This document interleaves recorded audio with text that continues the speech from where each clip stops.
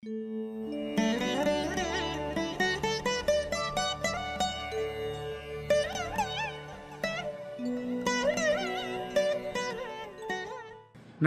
அனைவருக்கும் வணக்கம். மாணவர்களுக்கு இனிய நல்வாழ்த்துக்கள். எல்லோரும் நன்றாக இருப்பீர்கள். நல்ல ஜாதகங்களையே விளக்குறீங்களே, அப்ப ஒரு மாதிரி கஷ்டப்படுகின்றவர்களுடைய ஜாதகங்களை எப்போதுமே விளக்குறது இல்லையே. வர வர எல்லாருமே வாழ்க்கையில நல்லா இருந்துடுறாங்களா? கஷ்டப்படுறவங்களும் இருக்கத்தானே செய்றாங்க. இந்த மாதிரியான குரூப்ல மெசேஜ்கள் மற்றும் மெயில்கள் வருகின்றன. அதற்கு ஆதாரமாக எல்லாருமே உண்மைதான், எல்லாருமே வாழ்க்கையில சொகுசாகவே இருந்துடுறதில்ல. ஒரு பாசிட்டிவ் திங்கிங்ல நல்லதையே நினைப்போம் என்கின்ற அமைப்பின் அடிப்படையில தான் நல்லதாக இருக்கின்றவர்களுடைய ஜாதகங்களை போடுறோம். சரி, கஷ்டப்படுறவங்களுடைய ஜாதகங்கள் இல்லையா? உண்மையில சொல்லப்போனா உலகத்துல பெரும்பாலானவர்கள் 80% பேர் கஷ்டப்படுறவங்க, 20% பேர் எப்பவுமே நல்லா இருக்கிறவங்க அப்படின்னு சொல்லிடலாம். அப்ப அந்த கஷ்டப்படுகின்றவர்களுடைய ஜாதகங்கள் அல்லது சந்தர்ப்ப வசத்தால கஷ்டப்படுகின்றவருடைய ஜாதகங்கள் எப்படி இருக்கும்? அதே நேரத்தில் அடிக்கடி நான் வலியுறுத்துவதை போல மாணவர்களுக்கு இது ஒரு முழுதாகவே புரிந்துவிட்ட ஒன்றுனே சொல்லுவேன். தசாபுக்தி அமைப்புகளே சம்பவங்களை சுட்டி காட்டுகின்றன. வாழ்க்கையில என்ன நடக்கும், எப்படி நடக்கும், சுகம் நடக்குமா, துக்கம் நடக்குமா, பெரிய சோகம் நடக்குமா, ரொம்ப ஜாலியா இருப்பீங்களா, அதை தீர்மானிப்பவர் தசாநாதன். தசாநாதன் எத்தகைய அமைப்பில் இருக்கிறார்? அவர் கேந்திர கோணங்களில் இருக்கிறாரா, மறைந்திருக்கிறாரா, மிக மிக முக்கியமாக நான் சொல்லக்கூடிய சுபத்துவ பாபத்துவ அமைப்புகளில் இருக்கிறாரா?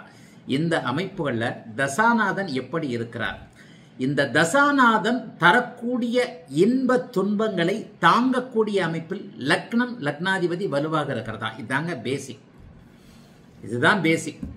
உண்மையிலேயே ஒரு மனிதன் என்பது, நான் என்பது கை கால் முகம் கண் எல்லாமே அடங்கியவராக நான் இருந்தாலும் கூட என்னுடைய மூளை என்கின்ற சிந்தனா சக்தியை கொடுக்கக்கூடிய இந்த தலைக்காடு உள்ளே இருக்கக்கூடிய இந்த மூளை இல்லைன்னா எதுவுமே இல்லை.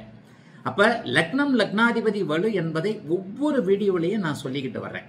உங்களுடைய அமைப்புல ஒரு கெட்ட தசாபுக்தி வந்துருச்சுங்க, ஒரு கடுமையான கெட்ட தசாபுக்தி வந்து விட்டது. அப்ப அந்த கடுமையான கெட்ட தசாபுக்தியில கூட உங்களுடைய லக்னம் நன்றாக இருந்தால், உங்களுடைய லக்னாதிபதியோ லக்னமோ அல்லது எல்லாமே லக்னாதிபதியும் வலுவா இருந்து லக்னமும் வலுவாக இருந்ததுன்னா கடுமையான பாபத்துவமான தசாபுக்தி அமைப்புகளில் கூட நீங்கள் அதை தாங்குகின்ற சக்தியில் இருக்கிறீர்கள் என்பதுதான் உண்மை. எல்லாருக்கும் ஒரே மாதிரி நடந்துடுறதில்லை.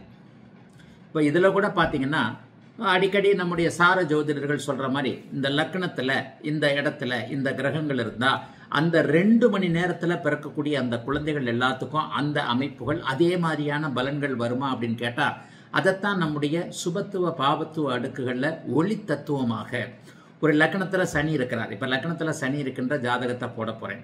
அந்த லக்னத்துல சனி இருக்கும் பொழுது அந்த லக்ன சனியனுடைய பாப ஒளிமைய புள்ளி, ஒவ்வொரு கிரகத்திற்கும் ஒரு ஒளிமைய புள்ளி இருக்கிறது. ஒரு டார்ச் லைட்டை அடிக்கிறோம். அப்போ அந்த டார்ச் லைட் அடிக்கும் போது அந்த டார்ச் லைட்டோட ஒளி ஒரு மைய புள்ளியில் விழுந்து அப்படியே விரிவடைகிறது இல்லையா? ஒரு மைய புள்ளியில் விழுந்து அப்படியே விரிவடைகிறது. அப்ப ஏதேனும் ஒரு நிலையில ஒரு கிரகம் அமர்ந்திருக்கின்ற பாவகத்தில் அந்த கிரகம் அமர்ந்திருக்கின்ற பாவகமும் அந்த பாவகம் போகக்கூடிய அமைப்பும் அந்த கிரகம் போகக்கூடிய அமைப்பிற்கும் இடையிலான ஒரு ஒளிமைய புள்ளி என்பது ஒன்று இருந்தே ஆக வேண்டும். அந்த ஒளிமைய புள்ளி பாப ஒளிமைய புள்ளியா சுப ஒளிமைய புள்ளியா? இதைத்தான் நான் சுபத்துவம் பாபத்துவம்னு இப்போ கொஞ்சம் சுபத்துவ பாபத்துவத்திற்கு இன்னும் கொஞ்சம் உள்ளீடாக கொஞ்சம் அழுத்தி சொல்லக்கூடிய அமைப்புகள்ல வர்றேன். அந்த ஒளிமைய புள்ளிக்கு ஏற்றாற் போல கடும் இருளை தரக்கூடிய சனியின் ஒளிமைய புள்ளி எப்போது ஒரு பாவகத்தில் விழுகிறதோ அந்த பாவகம் கடுமையான அளவில் நசித்தும், அந்த ஒளிமைய புள்ளி அந்த பாவகத்தோடு கொஞ்சம் கொஞ்சமாக விலகும் பொழுது அந்த பாவகம் ஓரளவிற்கு செயல்பட்டும் இருக்கும். அப்படிங்கிறதாங்க நம்முடைய சுபத்துவ பாவத்துவ ஒளிமைய புள்ளியோடைய மிகப்பெரிய தத்துவம். சரி, இப்போ நான் இப்ப சொல்லிட்டேன், தசாபுக்தி அமைப்புகள் கடினமாக இருந்தால் அதை தாங்குவதற்கு லக்னமும் லக்னாதிபதியும் ராசியும், ஓரளவிற்கு அடுத்து ராசின்னு வந்துருவோம், ராசியும் சுபத்துவமாக இருக்கக்கூடிய ஒருவர் அந்த கஷ்டத்தை தாங்கிக் கொள்ளுகிறார். லக்னமோ லக்னாதிபதியோ வலிமை இல்லாமல் இருக்கும் பொழுது, ராசியும் கூட சேர்ந்து வலிமை இல்லாமல் இருக்கும் பொழுது அவர் தன்னுடைய நிலையை மறந்து தன்னுடைய நிலை அமைப்புகளை அப்படியே கெடுத்துக் கொள்கிறார், கெட்ட பேர் எடுத்துக்கிறாரு. தசாநாதன் இருக்கக்கூடிய பாவகங்களின் அடிப்படையில அப்படிங்கறதாங்க ஜோதிடத்துல அடிநாதம். இப்ப திரையில ஒரு ஜாதகம் வருகிறது, திரையில ஒரு ஜாதகம் வந்து விட்டது.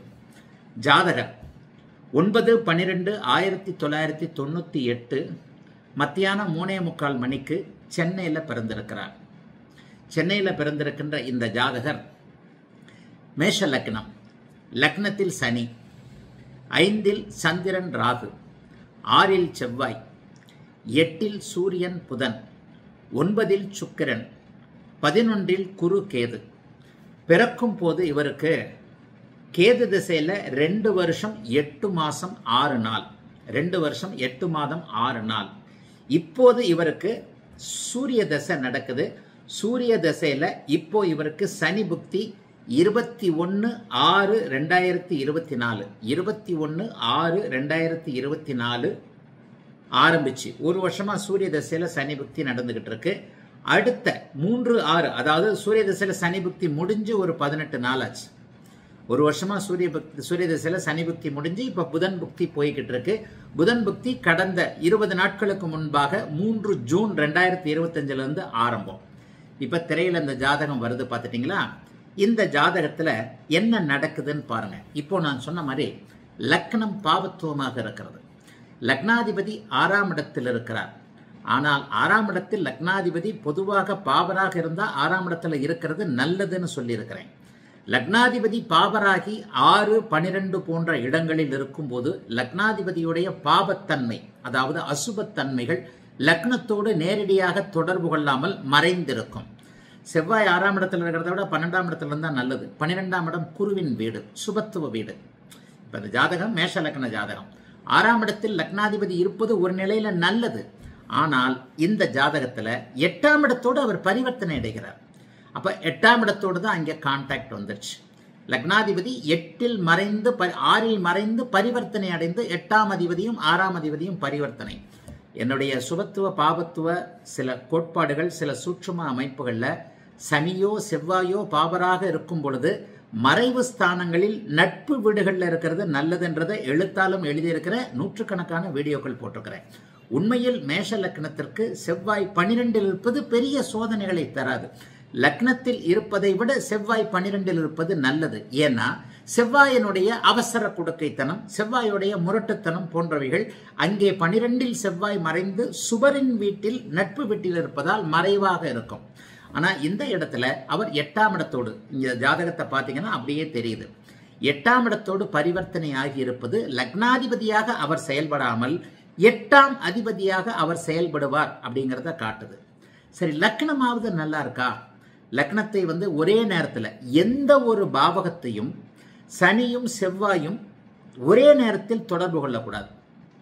இங்கே 12ஆம் இடத்துல செவ்வாய் 7ஆம் பார்வையாக பார்ப்பது மற்றும் 8ஆம் பார்வையாக லக்னத்தை பார்ப்பது என்பது சனி லக்னத்தில் இல்லாத நிலைமையில நல்லது. ஜோதிடம் என்பது மகா நுட்பமான சில விஷயங்களை சொல்லக்கூடியது. இந்த நுட்பங்களை புரிந்து கொள்வதற்கே ஒரு நீண்ட அனுபவம் கண்டிப்பாக வேண்டும். ஒரு 10-20 ஆண்டுகளாவது வேண்டும். நான் வேத ஜோதிடத்தில் உள்ள சில நுணுக்கங்களை சொல்லிக் கொடுக்கக்கூடிய அமைப்புகள்ல மேஷ லக்னத்திற்கு அவர் 6ஆம் இடத்தில் இருந்து தன்னுடைய 8ஆம் பார்வையால் லக்னத்தை பார்ப்பது நல்லது.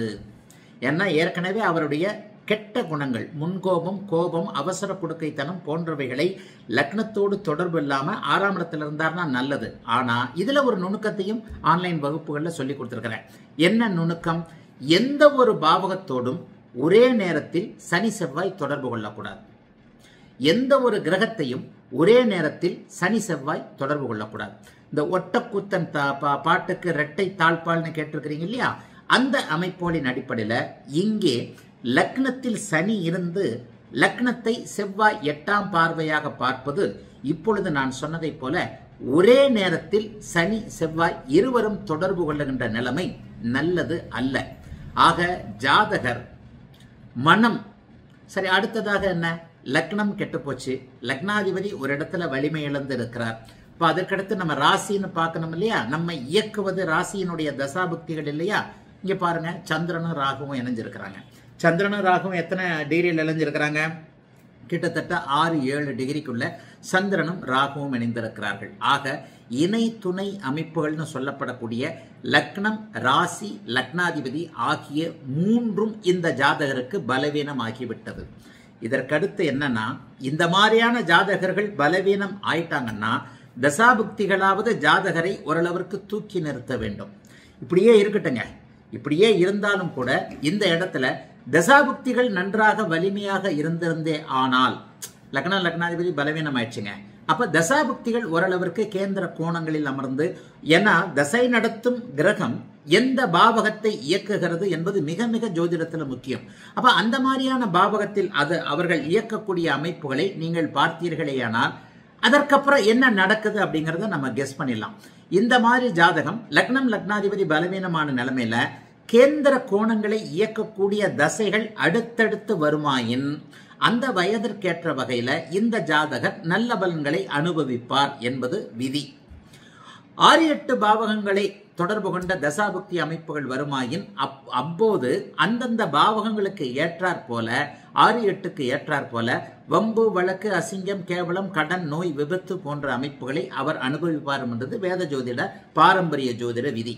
இந்த இடத்துல பாருங்க, இப்ப இவருக்கு ஒரு 10 நாளைக்கு முன்னாடியிலிருந்து சூரிய தசையில சனி புக்தி நடந்துகிட்டு இருக்கு. நான் ஒரு தசாநாதனும் புக்திநாதனும் சஷ்டாஷ்டகமாக இருக்கக்கூடாதுன்னு சொல்லியிருக்கிறேன்னா சரி. இப்ப சூரிய தசை 2021 ஆரம்பம். இந்த ஜாதகருக்கு, மேஷலக்கண ஜாதகருக்கு 5ஆம் அதிபதியான, அதாவது சிந்தனைகளை குறிக்கக்கூடிய 5ஆம் அதிபதி சிந்தனைகளை குறிக்கக்கூடியவர். பூர்வ புண்ணிய ஸ்தானம் என்கின்ற உங்களுடைய எண்ணங்களை, நீங்கள் எப்படிப்பட்ட எண்ணங்களை கொண்டவர், உங்களுடைய எண்ணங்கள் ஸ்ட்ராங்கானதா, நீங்க ஒரு இலக்கு வச்சிருக்கிறீங்களா, ஒரு லட்சியம் வச்சிருக்கிறீங்களா, உயர்ந்த சிந்தனையை கொண்டிருக்கிறீர்களா, அல்லது நீங்கள் ஒரு சோம்பலா, அல்லது சும்மா போற போக்குல விட்டேத்தியா என்பது போன்ற அத்தனை அமைப்புகளையும் குறிக்கக்கூடியது 5ஆம் பாவகம். இந்த 5ஆம் பாவகாதிபதியோட தசை 2021 ஆகஸ்ட் மாசத்திலிருந்து இவருக்கு செயல்பட ஆரம்பிச்சிருச்சு. அதற்கு முன்னாடி பாத்தீங்கன்னா 2-7 ஆதிபத்தியங்களை உடைய சுக்கிர தசை நடந்து கொண்டிருக்கிறது. இந்த ஜாதகர் பிறந்ததிலிருந்து 22 வயது வரைக்கும், கல்லூரி படிப்பு அமைப்புகள் வரைக்குமே 22-21 வயசு வரைக்குமே இந்த ஜாதகருக்கு எந்த விதத்திலும் கெட்ட பழக்கங்களோ கெட்ட சவகாசங்களோ எதுவுமே சுக்கிர தசையில இல்லை. 2 வயசுல இருந்து 22 வயசு வரைக்கும் 2, 7, 9 ஆகிய பாவகங்களை தொடர்பு கொண்டிருக்கின்ற, என்னதான் செவ்வாய் பார்த்தாலும், நான் மறுபடியும் சொல்றேன், ஒரு கிரகத்தை செவ்வாய் பார்த்தாலோ, தனித்து சனி பார்த்தாலோ, தனித்து செவ்வாய் பார்த்தாலோ ஒரு விதமான பலன்களும், ஒரே நேரத்தில் செவ்வாய் சனி இரண்டும் பார்த்தால் ஒரு மாதிரியான கெட்ட பலன்களும் நடக்கும். இந்த இடத்துல செவ்வாய் மட்டும்தான் சுக்கிரனை பார்க்கிறார். சனி தொடர்பு கொள்ளல, ராகு கேதுக்கள் தொடர்பு கொள்ளல. அப்ப குருவின் வீட்டில் இருக்கக்கூடிய சுக்கிரன் பெரிய கெடுதலை செய்யக்கூடிய அமைப்புல இளம் வயதுல 22 வயசுல சுக்கிர தசை வரைக்கும் இந்த ஜாதகருக்கு ஓரளவுக்கு நல்ல பலன்களே நடந்து விட்டன. கரெக்டா எப்ப சூரிய தசை ஆரம்பிச்சதோ அவருக்கு மனம், 5ஆம் இடம் இல்லையா, மனம் கெட்டு போதை பழக்கம் வந்து விட்டது. சரி, இந்த போதை பழக்கம் ஏன் வந்தது? போதை பழக்கம் வர்றதுக்கு லக்னத்தோடு ராசியோடு சனி தொடர்பு கொள்ளணும் அப்படின்னு சொல்லியிருக்கிறேன் இல்லையா. இப்ப இந்த இடத்துல தசாபுக்திகளுக்கு ஏற்ப லக்னம், குணம், அந்த லக்னத்துடைய தன்மைகள் இயங்குகின்றதை இந்த ஜாதகத்துல தெளிவாக பார்க்கலாம். 5ஆம் இடத்திற்கு அதிபதி 8இல் போய் மறைந்து விட்டார். 6ஆம் அதிபதியோடு சேர்ந்திருக்கிறார். எந்த இடத்துலலாம் 6-8 6-8 6-8 என்ற தொடர்புகள் வந்து விடுகிறதோ, சூரியதசை சனி புக்தி சஷ்டாஷ்டகம் 6-8 வந்துருச்சா, தசாநாதனே 8ஆம் வீட்டில் 6ஆம் அதிபதியோடு இருக்கிறார். அங்கேயும் 6-8 வந்துருச்சா. ஒரு வேதிக் அஸ்ட்ராலஜில, பாரம்பரிய ஜோதிடத்துல 6-8 வந்துட்டாலே அந்த இடத்துல அந்த பாவகம் துர்பலன்களை, அதாவது கெட்ட பலன்களை தருகின்றது என்பது அர்த்தம். அப்படிங்கறத மாணவர்களுக்கு நிறைய இடத்துல சொல்லி கொடுத்திருக்கிறேன்.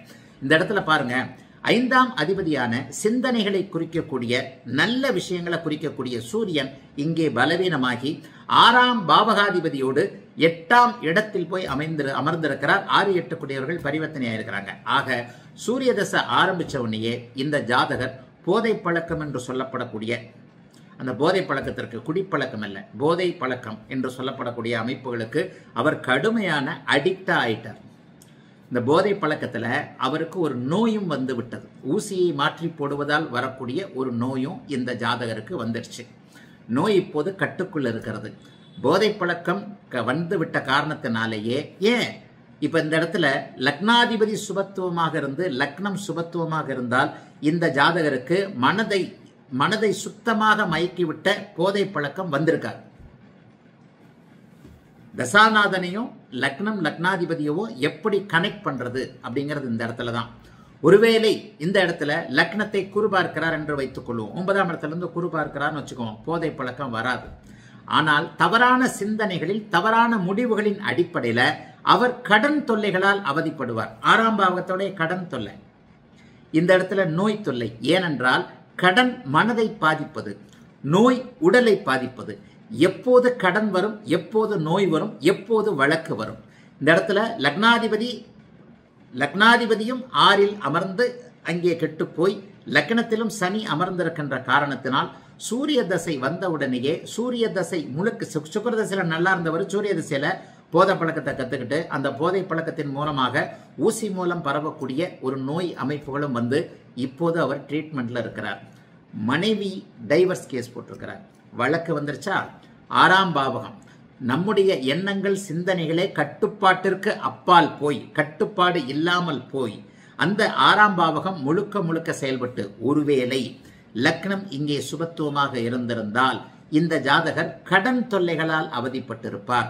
நேரடியான உடல் ரீதியிலான நோய் இவருக்கு வந்திருக்காது, வழக்கு வந்திருக்காது. இப்ப சூரிய திசையில அவருக்கு வழக்கு, மனைவி டைவர்ஸ் கேஸ் போட்டிருக்கிறாரு. அவரே வந்து போதை பழக்கத்திலிருந்து இன்னும் வெளியே வரல. இப்பெல்லாம் வெளியே வரமாட்டார்னு சொல்லிட்டேன், இப்பெல்லாம் வெளியே வர முடியாதுமா. இவரை வந்து பெற்றோர் அவர் அந்த பழக்கத்திலிருந்து வெளியே கொண்டு வருவதற்கு கடுமையான ஒரு முயற்சியை எடுத்து அந்த ரிஹாபிலிட்டேஷன் அப்படி இப்படிலாம் சொல்றாங்க இல்லையா, அந்த அதற்கான மருத்துவமனைகள் எல்லாம் போய் அவருக்கு சிகிச்சை எடுத்துக்கிட்டு இருக்கிறாங்க. ஆனால் அந்த சிகிச்சைக்கு அவர் கோஆப்ரேட் பண்ண மாட்டேன்றார். ஏன்னா இப்பவும் புதன் புக்தி நடந்து கொண்டு இருக்கிறது. சூரிய திசையில சனி புக்தி 15 நாட்களுக்கு முன்பு தான் முடிந்திருக்கிறது. சூரியனும் சனியும் அங்கே சஷ்டாஷ்டகமாக இருக்கின்ற நிலைமையில இப்ப சூரிய திசையில புதன் புக்தியும் பாத்தீங்கன்னா 6-8 தான் வருது. எப்படி வருகிறது? 6வது வீட்டில் இருக்கக்கூடிய இவர் சூரியன் இல்ல, 8ஆம் அதிபதி 8வது வீட்டில் இருக்கிறார் சூரியன், 6ஆம் அதிபதியோடு சேர்ந்திருக்கிறார். 6ஆம் அதிபதியோடைய புக்தி திரும்ப திரும்ப 6-8 வந்துகிட்டு இருக்கு பாருங்க. சூரிய தசை புதன் புக்தியும் 6-8 அமைப்பாக 8ஆம் இடத்திலே இருக்கிறார். புதனும் 8ஆம் அதிபதியோடு பரிவர்த்தனையா இருக்கிறார். புதன் இந்த இடத்துல லக்னாதிபதியோடு பரிவர்த்தனை ஆகல, லக்னத்துல பரிவர்த்தனை நடக்கல, 8ஆம் இடத்துல தான் பரிவர்த்தனை நடந்திருக்குது. ஆக இங்கேயும் 6-8 அமைப்புகள் அமைகின்றன. ஆகவே சூரிய தசை புதன் புக்தி வரைக்குமே இவர் கண்ட்ரோல் இல்லாமல், இவருடைய நோயும் தீராமல், சூரிய தசை முழுக்கவே வம்பு வழக்கு இந்த மாதிரியான விஷயங்கள் மட்டும் போய்கிட்டு, சந்திர தசையில தான் இவருக்கு வழக்கு சார்ந்த விஷயங்கள், அதாவது மனைவியுடைய டிவோர்ஸ் சம்பந்தப்பட்ட விஷயங்கள் கண்டிப்பாக நெகட்டிவ். இவர் மனைவி இவர் கூட இருக்க போறது இல்லை. சூரிய தசை கொடுக்கக்கூடிய அமைப்புகள்ல சந்திர தசை ரெக்கவர் ஆகுமான்னு பார்த்தா சந்திர தசையும் அவருக்கு இப்ப இன்னொன்னு அடிக்கடி சொல்லுவேன், அஷ்டம சனி நடக்குதா, எந்த ஒரு சிம்மராசிக்காரரும் நல்லா இல்லைன்னு சொல்லுவேன்னா, கடன் நோய் வந்து விட்டதா, வழக்கு வந்து விட்டதா. ஆக அஷ்டமச்சனியில அந்த மகம் நட்சத்திரத்தில் அவருக்கு தீராத அவமானம் போன்ற அமைப்புகளை அனுபவிக்க வேண்டுமா. ஆக சூரிய தசை எப்ப முடியுது அப்படின்னு பாத்தீங்கன்னா, சூரிய தசை 2027 8வது மாசம் முடியுது. அஷ்டமச்சனி 2027 6வது மாசம் முடியும். ஆக அட்டமத்து சனியும் 6ஆம் அதிபதி 8ஆம் அதிபதி அமைப்புகளோடு இருக்கக்கூடிய அமைப்புல கடுமையான மன அழுத்தங்கள், கட்டுப்பாடுகள், மருத்துவமனையில் சிகிச்சை, அவரே வந்து ஒரு பெரிய கண்ட்ரோல் இல்லாம இருக்கிறது என்பது போன்ற பலன்களைத்தான் இந்த ஜாதகர் அனுபவிப்பார். சந்திரன் கூட முதல்ல கெட்டு அப்புறம் சுபத்துவமாக இருக்கிறது. எப்படி அப்படின்னா, ராகுவோடு சேர்ந்து 5 டிகிரியில் அவர் பலவீனமாக இருந்தாலும் கூட குருவின் பார்வையில் இருக்கிறார். ஆக தாயார் இவருக்கு நல்ல வலிமையான தாயார். 4ஆம் அதிபதி 5ஆம் வீட்டில் வந்து குருவின் பார்வையில் இருக்கிறார். கொஞ்சம் பங்கப்பட்டிருந்தாலும் கூட சந்திரன் வலுவாக இருக்கின்ற காரணத்தினாலும், 4ஆம் இடத்திற்கு எந்த பாவத்துவம் இல்லை என்கின்ற காரணத்தினாலும் தாயும் தந்தையும் இவரை வந்து அதுல இருந்து ரெக்கவர் பண்ணக்கூடிய ஒரு சூழல்ல வருவாங்க. ஆக இந்த ஜாதகம் கடுமையான ஒரு அமைப்பிற்கு 6-8 போன்ற அமைப்பிற்கு என்ன சரியாக, அதாவது இதுல வந்து லக்னத்தோடைய பாவத்துவ சுபத்துவம் முதன்மை என்பதற்காகத்தான் இந்த வீடியோ போடுறேன். எடுத்த உடனே இதற்கான பலனை சொல்லிடலாம். எப்படின்னு சொன்னா, லக்னம் சுபத்துவமாக இருந்தால் கடன் போன்ற அமைப்புகள்ல 5ஆம் அதிபதி 6ல் மறைந்த 8ல் மறைந்து 6ஆம் அதிபதியோடு இணைந்த காரணத்தினால் ஏதாவது தொழிலையோ அதுலேயோ வேலையிலேயோ அகலக்கால் வைத்து கடன் தொல்லைகள்ல சமாளிக்கக்கூடிய கடன் தொல்லைகள்ல மன வருத்தத்தோடு இவர் இருந்திருப்பார். ஆனால் லக்னம் பாவத்துவமாக இருந்த காரணத்தினால் இவருக்கு உடலுக்கே நோய் வந்து விட்டது. மனம் சார்ந்த விஷயங்களையும் வழக்கு போன்ற விஷயங்கள்லாம் வந்துருச்சு. அப்படிங்கிறதான் லக்னத்தோடு எப்படி தசாபுக்தி அமைப்புகளை பொருத்தி பார்ப்பது என்பதற்கான இது ஒரு நல்ல உதாரண ஜாதகம். ஆகவே 6-8 என்கின்ற அமைப்புகள் எப்போது வருகிறதோ அந்த இடத்துல கடன் நோய் வம்பு வழக்கு அசிங்கம் கேவலம் போன்ற அமைப்புகள் சர்வ நிச்சயமாக வந்துவிடும். வந்துவிட்ட ஜாதகம் இது. அதை தாங்குவதற்கு அதை எப்படி சமாளிப்பது என்பதை உறுதியாக சொல்லக்கூடியது லக்ன வழியே என்பதால் லக்னத்தை தொட்டு தொட்டு தான் அடிக்கடி பலனுக்கு வருவேனா. அப்ப இந்த இடத்துல சூரிய தசை முழுக்கவே லக்னம் பலவீனமானதால் எல்லா நிலைகளிலும் கட்டுப்பட்ட அமைப்புகள்ல இருப்பாரு. 8ம் 12ம் சுதந்திரத்தை கட்டுப்படுத்தக்கூடிய இடங்கள். அப்ப மருத்துவமனையில இருப்பாரு, ட்ரீட்மெண்ட்ல இருப்பாரு, நோய் தீராது. சந்திர தசையில நோய் தீர்ந்து சந்திர தசையில குருவின் பார்வை சந்திரனுக்கு இருக்கின்ற காரணத்தினால் இன்னும் 2 அல்லது 3 வருடங்களுக்கு பிறகு ஓரளவிற்கு வழக்கு அவருக்கு பாதகமா போய் டிவோர்ஸ் ஆகி அதற்கு பிறகு அம்மாவின் தயவினால் படிப்படியாக முன்னேறக்கூடிய கொஞ்சம் ரெக்கவர் ஆகி சந்திர தசையில குரு பக்தியிலிருந்து நன்றாக வரக்கூடிய ஒரு உதாரண ஜாதகம். ஆகவே லக்னமும் 6-8 பாவகங்களும் எப்படி இருந்தால் என்ன பலன் நடக்கும் என்பதற்கான ஒரு நுண்ணிய சூட்சும விளக்கத்தை சொல்லக்கூடிய அருமையான உதாரண ஜாதகம். வாழ்த்துக்கள். இன்னொரு பொது வீடியோவில் சந்திப்போம். வாழ்த்துக்கள். எல்லோரும் நன்றாக இருப்பீர்கள்.